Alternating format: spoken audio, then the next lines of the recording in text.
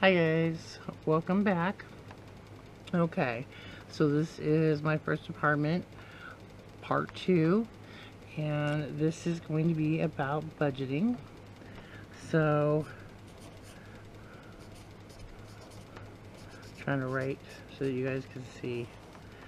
Now, you can do your budget like for the whole month, or you can do it if you get paid every 2 weeks. You could break it up in 2 weeks. I've done that in the past. It's been really helpful. So what I'll try to do is kind of break my big bills up into two payments. So maybe the first of the month I'm paying my rent, usually that, because that's due on the first. And then the second half of the month I'm paying the bills. So I'm paying, the light bill, the gas bill, and whatnot. Um, so we're gonna set this up as a bi-weekly budget.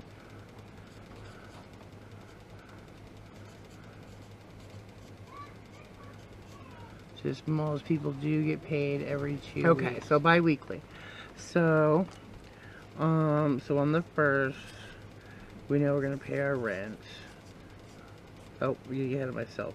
So first thing you want to do is put down what is your, the amount you're gonna get. We're gonna say 800 every 2 weeks. Now the number is gonna be different for everybody. But whatever your budget, whatever amount you get, you want to put that at the top. And that's after taxes. So say $800. Let's just say our rent is $450. So we're gonna take care of that. Maybe, and then down here, this is second paycheck. I don't know if it's on the screen or not. This will be our. We're gonna pay our electricity here, and let's see, for an apartment here, and it's gonna be different for everybody. It's about $50. And then you've got, let's see, insurance for your car. It's really hard to write like this. We'll just say that's $75. And then insurance for the car, electricity.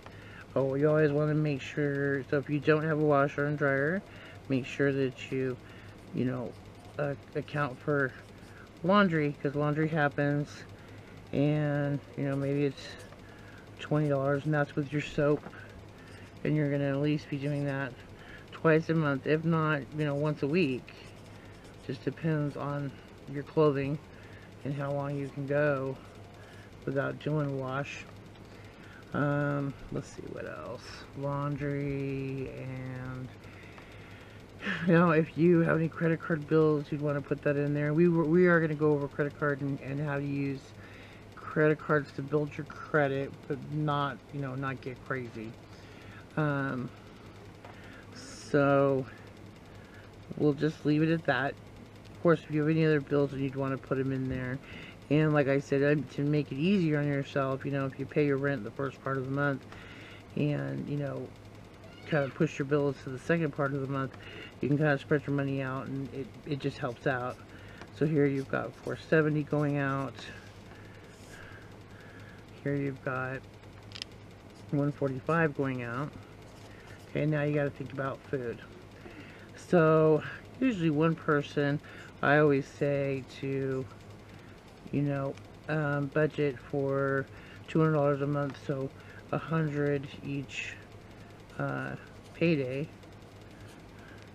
is reasonable.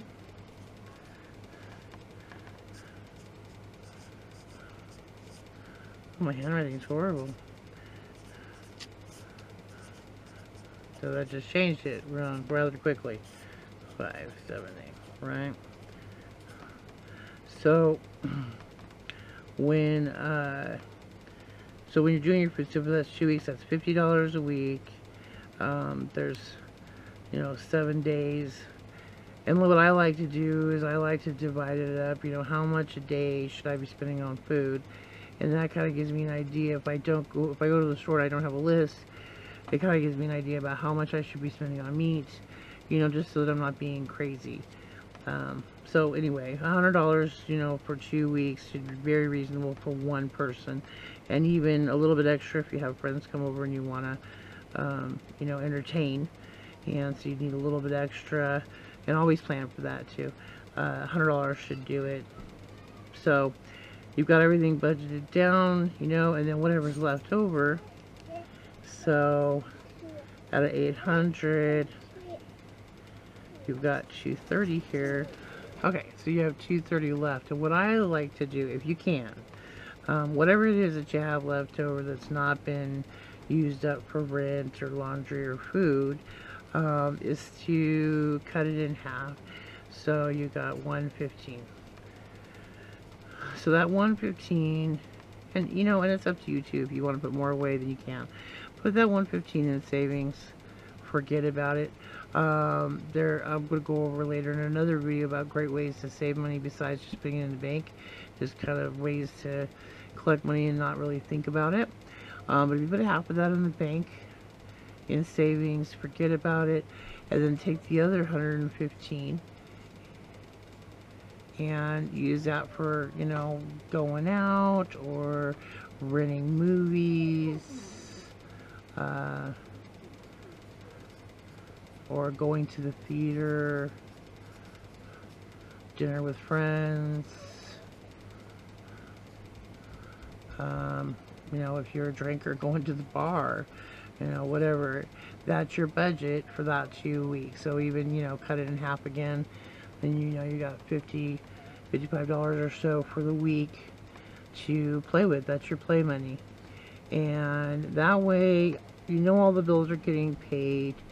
You know you're putting a little bit of money away for savings, and then you're still able to go out and have a good time and enjoy, you know, with your friends and family and whatnot. And that way you don't feel like you're just always working to get to the next paycheck and whatnot.